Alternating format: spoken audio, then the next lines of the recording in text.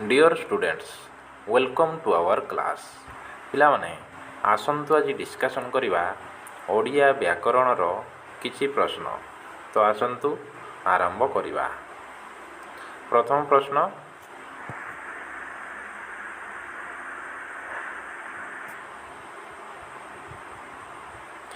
निम्नोक्त वर्णमानंक मध्यरे केउटी समश्रेणीय नुहे बोली पचारिछि। कोटा गोटे समश्रेणीय हेई नथिबो, देखिबा कोटा नुहे, कोटा समश्रेणीय नुहे देखिबा। ट ठ ड ढ मूर्धन एगुड़ा आमर समश्रेणीय। ट ठ ड ढ मूर्धन एगुड़ा हूँ आमर समश्रेणीय। आ समश्रेणीय नुहे कौटा ताले तटा तटा हो आमर समश्रेणीय नुहे।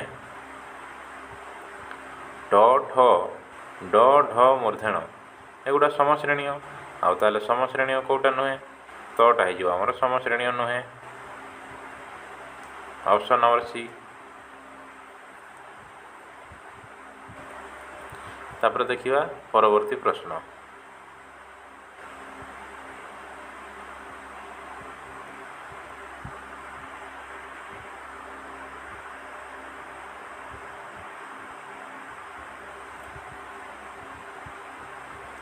निम्नोक्त वर्णमानंक मध्यरे केउटी समश्रेणी नुहे। एठी भी सेमितिका पचारिछि कोटा गोटे समश्रेणीय नुहे, देखिबा कोटा नुहे। त थ द ध दंतेन एगुड़ा तो आमर समश्रेणीय। त थ द ध दंतेन एगुड़ा समश्रेणीय आ समश्रेणीय नुहे कौटा मूर्धनटा, तो उत्तर हो मूर्धन। त थ द ध दंतेन एगुड़ा आमर समश्रेणीय आ समश्रेणीय नुहे कौटा मूर्धन, मूर्धन हो उत्तर समश्रेणीय नुहे। मूर्धनटा गोटे समश्रेणीय नुहे। त थ द ध दंतेन एगुड़ा समश्रेणीय आ समश्रेणीय नुहे कौटा मूर्धनटा, तो उत्तर हो मूर्धन। मूर्धनटा समश्रेणीय नुहे।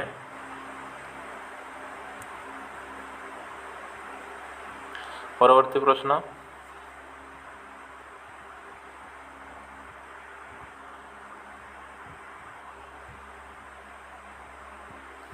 ओडिया भाषारे अजोगबाही व्यंजन वर्णर संख्या केते बोली पचारिछि। ओडिया भाषारे अजोगबाही व्यंजन वर्णर संख्या केते। केतोटी आमर अजोगबाही व्यंजन वर्ण रही? तीनोटी।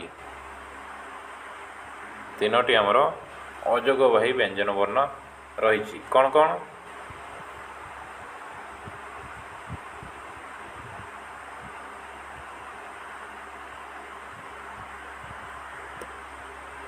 अनुसार, विसर्ग, चंद्रबिंदु कं। ओडिया भाषारे अजोगबाही व्यंजन वर्णर संख्या तीनोटी। कौन कौन? अनुसार, विसर्ग, चंद्रबिंदु कं।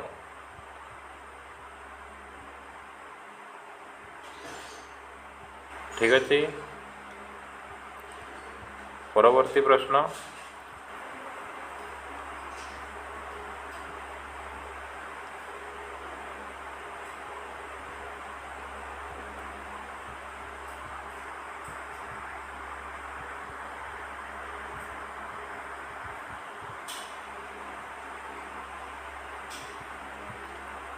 निम्नोक्त मध्यरु अघोष ध्वनिटी चिन्हाओ। अघोष ध्वनि कौटा बोली पचारिछि। आमे जानिछे जे वर्ग व्यंजनर प्रथम दुईटी को अघोष ध्वनि बोली कहा जाए आ तृतीय चतुर्थ पंचम को सघोष ध्वनि बोली कहा जाए।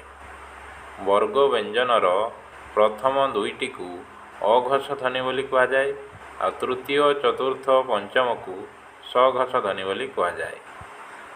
प्रश्न रे पचारिछि अघोष ध्वनि कोउटा बोली पचारिछि।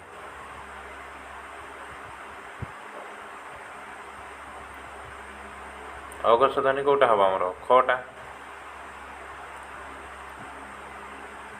खटा ही जो हमर अघोष ध्वनि आउ एगुड़ा तो हमर सघोष ध्वनि ग घ व एगुड़ा सघोष।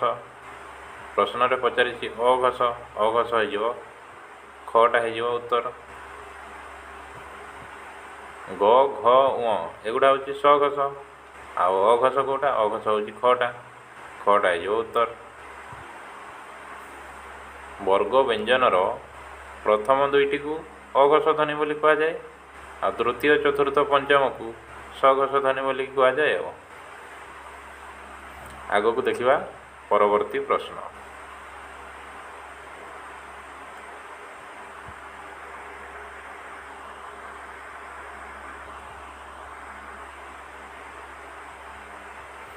निम्नोक्त मध्यरु केउटी सघोष ध्वनि नुहे सघोष ध्वनि कोटा नुहे बोली पचारिछि। आम जानिछे जे वर्ग व्यंजनर प्रथम दुईटी को अघोष ध्वनि बोली कुहाଯାଏ आ तृतीय चतुर्थ पंचम को सघोष ध्वनि बोली कुहाଯାଏ।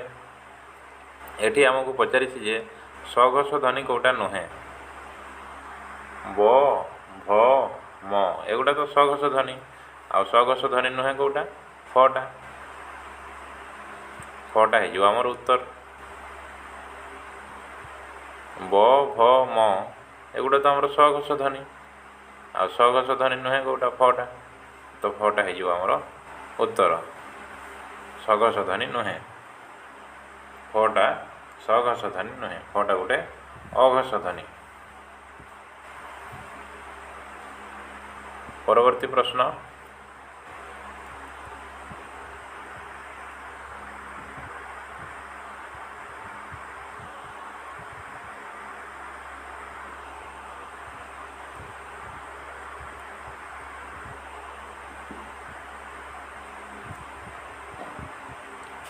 ट ठ त द एही चारि वर्ण मध्यरु अघोष ध्वनिर संख्या केते बोली पचारिछि।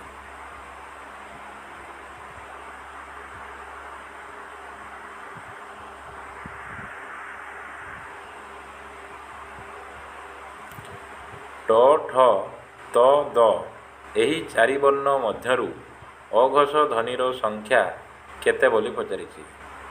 आमे जानिछे जे वर्ग व्यंजनर प्रथम दुईटी को आमर अघोष ध्वनि बोली कुहाଯାଏ आ तृतीय चतुर्थ पंचम को सघोष ध्वनि बोली कुहाଯାଏ। तो एठी देखिबा अघोष ध्वनि कौगा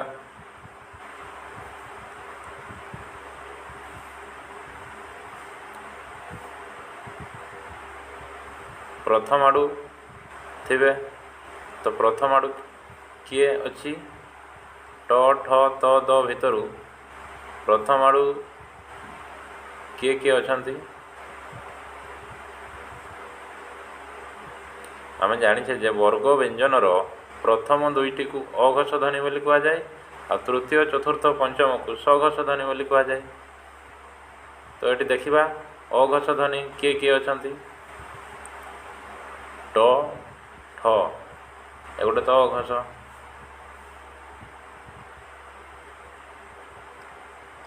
एगुड़ा अघोष तापर देखिए तो थ थ तो नहीं देखिए तो थ तो अघोष तो थ द ध दंते न सेगुड़ा हूँ सघोष तो तटा हो अघोष ट ठ आ तो तीनोटी हो अघोष आ दटा नुहे दटा हूँ सघोष। प्रश्न रे पचारिछि अघोष ध्वनिर संख्या केते बोली पचारिछि। अघोष ध्वनि केतोटी आमर ट ठ आ तो उत्तर हो 3 दटा गुटे नुहे दटा हूँ आमर सघोष। प्रश्न पचारि अघोष ध्वनि संख्या केते बोली पचारि अघोष केतोटी अच्छी 3टी अच्छी तो उत्तर हो 3 ट ठ आ त यही 3टी हूँ अघोष आ दटा अघोष नुहे दटा हूँ सघोष तो उत्तर हो 3 ट ठ आ त यही 3टी हूँ अघोष दटा अघोष नुहे दटा हूँ सघोष तो उत्तर हो 3टी अघोष ध्वनि अच्छी यही प्रश्न 3टी अघोष ध्वनि अच्छी ठीक अच्छे ट ठ आ त 3टी अच्छी अघोष ध्वनि आ दटा नुहे दटा हूँ आमर सघोष ठीक अच्छे परवर्ती प्रश्न देखा कौन पचारि